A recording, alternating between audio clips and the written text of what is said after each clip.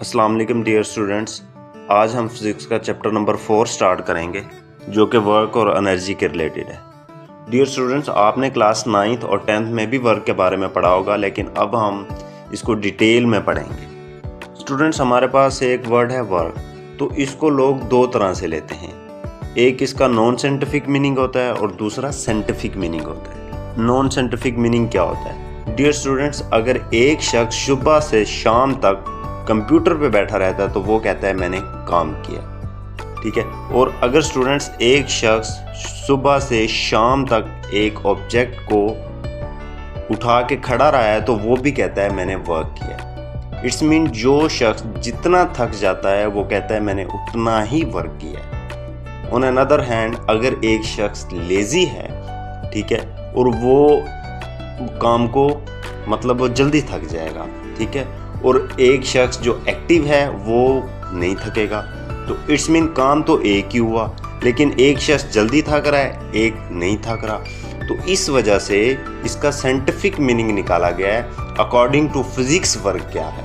तो अब हम डिस्कस करेंगे कि वर्क क्या है। स्टूडेंट्स, हमारे पास एक ऑब्जेक्ट है, हमने उस ऑब्जेक्ट के ऊपर फोर्स लगाई है और उस ऑब्जेक्ट ने डिस्टेंस कवर किया है, तो ये क्या हुआ? वर्क हुआ।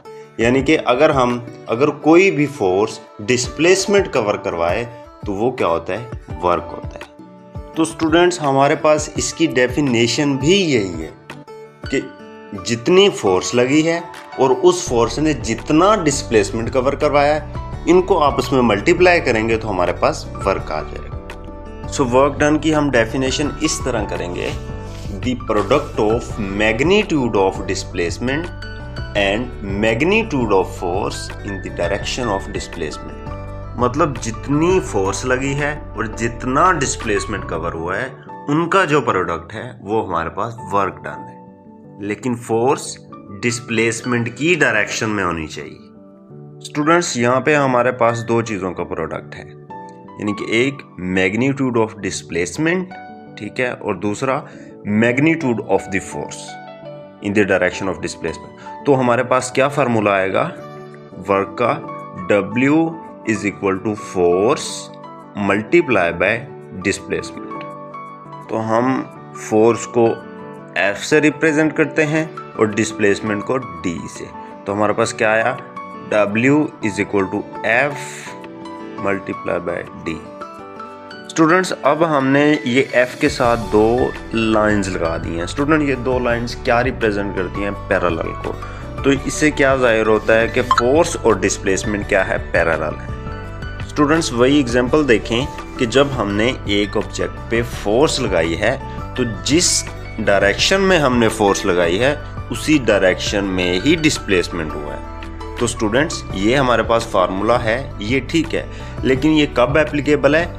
When force is parallel to displacement। Displacement की जगह आप मोशन भी कह सकते हैं। तो क्या ये ऐसा हमेशा होता है कि फोर्स ऑलवेज डिस्प्लेसमेंट के पैरेलल हो? स्टूडेंट्स, अब देखें, इस सब्जेक्ट पे फिर मैं फोर्स लगा रहा हूँ, लेकिन ये फोर्स डिस्प्लेसमेंट के पैरेलल नहीं है, ग्राउंड के पैरेलल नहीं है, या ये फोर्स एक थीटा से लग रही है, एक एंगल से मैं ये फोर्स लगा रहा हूँ। तो स्टूडेंट्स, अब ये वाला फार्मूला यहाँ पे नहीं लगेगा, क्योंकि इस फार्मूले में क्या कंडीशन थी? When force is parallel to displacement. तो स्टूडेंट्स, अब फोर्स तो पैरेलल नहीं रही, तो अब हम क्या करें? डियर स्टूडेंट्स, अब ये हमारे पास जो फोर्स एक एंगल से लग रही है, अब हम इसके दो कंपोनेंट बनाएंगे जो हमने चैप्टर नंबर 2 में पढ़ा था। तो स्टूडेंट्स, एक इसका कंपोनेंट हो गया हमारे पास F साइन थीटा और दूसरा कंपोनेंट हमारे पास हो गया F कोस थीटा। तो स्टूडेंट्स, यहाँ से आप देखें कि क्या हमारे पास जो फोर्स है वो डिस्प्लेसमेंट के पैरेलल है? बिल्कुल नहीं। क्या हमारे पास इसका जो कंपोनेंट है F साइन थीटा, क्या वो डिस्प्लेसमेंट के पैरेलल है? नहीं स्टूडेंट, बिल्कुल नहीं। और क्या हमारे पास जो F कोस थीटा है वो डिस्प्लेसमेंट के पैरेलल है? एग्जैक्टली, वो डिस्प्लेसमेंट के पैरेलल है। तो हमें फोर्स का वो कंपोनेंट निकालना है, वो फोर्स का वो हिस्सा निकालना है जो कि डिस्प्लेसमेंट के पैरेलल हो। समटाइम्स होता है कि सारी की सारी फोर्स डिस्प्लेसमेंट के पैरेलल नहीं होती, लेकिन उसका कुछ हिस्सा डिस्प्लेसमेंट के पैरेलल होता है। तो यहाँ हमारे पास F cos थीटा डिस्प्लेसमेंट के पैरेलल है। तो स्टूडेंट्स अब हमारे पास फार्मूला क्या बन गया, work is equal to F cos theta D. ठीक है स्टूडेंट, तो अब हम इसको सिंपली लिख सकते हैं F d cos थीटा।